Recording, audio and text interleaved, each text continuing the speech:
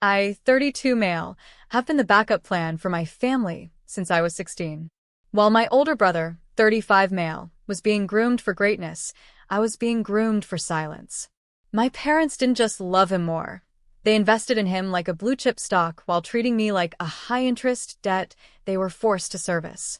By the time he was 25, they'd paid his Ivy League tuition, bought him a luxury SUV, and were covering the $4,000 a month rent on his executive apartment.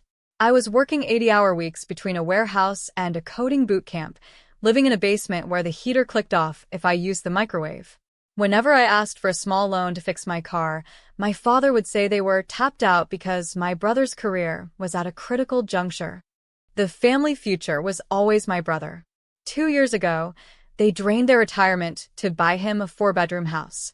He spent the $200,000 startup fund they gave him on high-end furniture and networking dinners. I stopped asking for help years ago and stopped telling them about my life. When they asked, I just said I worked in IT.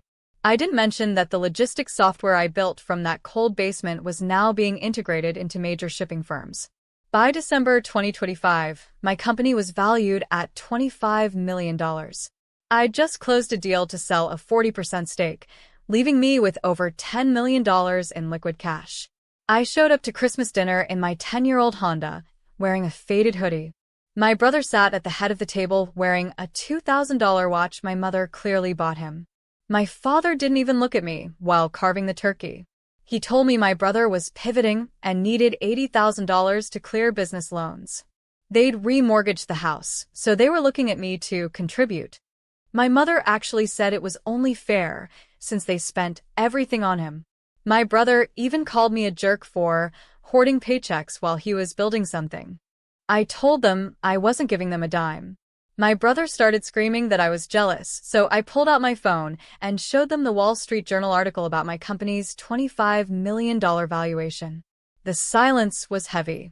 My brother literally slid out of his chair onto the floor, sobbing that he was losing his house while I had millions.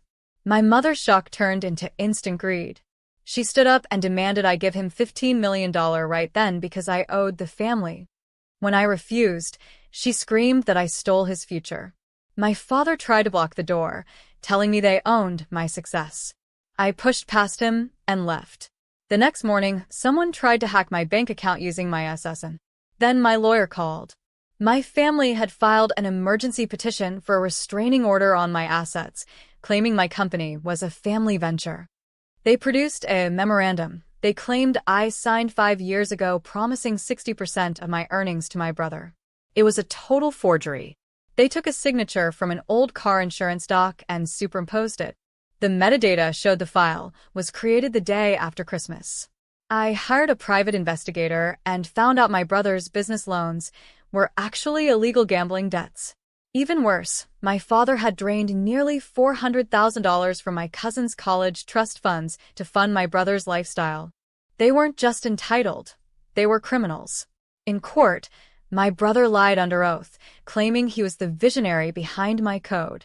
My lawyer destroyed him. She asked him to explain a simple algorithm, and he couldn't. Then she dropped the bomb: the gambling debts, the stolen trust money, and the forensic report proving the contract was a fake created 2 days after dinner. The judge was livid. He denied their claim and referred the forgery and embezzlement to the district attorney. As we left, my father begged me to pay back the trust fund so he wouldn't go to prison. My mother fell to her knees, calling me heartless. I told them I learned from the best. I found out who my brother owed money to and bought the debt myself. Since he admitted he had no money, I initiated a forced bankruptcy and foreclosed on the house my parents bought him. I sold the house and put every cent back into my cousin's trust funds. My father got 3 years of probation and a ban on handling money, and my brother is now a delivery driver living in a garage to pay off civil judgments. My mother's emails go straight to spam. I didn't give them a cent of my $25 million, but I gave them exactly what they earned: the consequences of their own actions. If you enjoyed seeing the golden child finally lose his shine, make sure to subscribe so you don't miss the next time a visionary gets a reality check.